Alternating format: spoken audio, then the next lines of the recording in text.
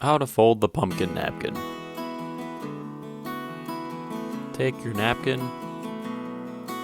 and you can either use a napkin ring or like a scrunchie. Pull the middle through, and then grabbing a corner, pull that in and down. Continue cycling around the napkin, point it down either your napkin ring or your scrunchie or whatever you're using.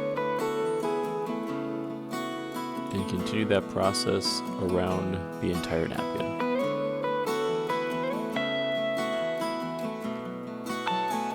This napkin ring is a little tight here, so something that has a little more stretch might be a little easier for you to use.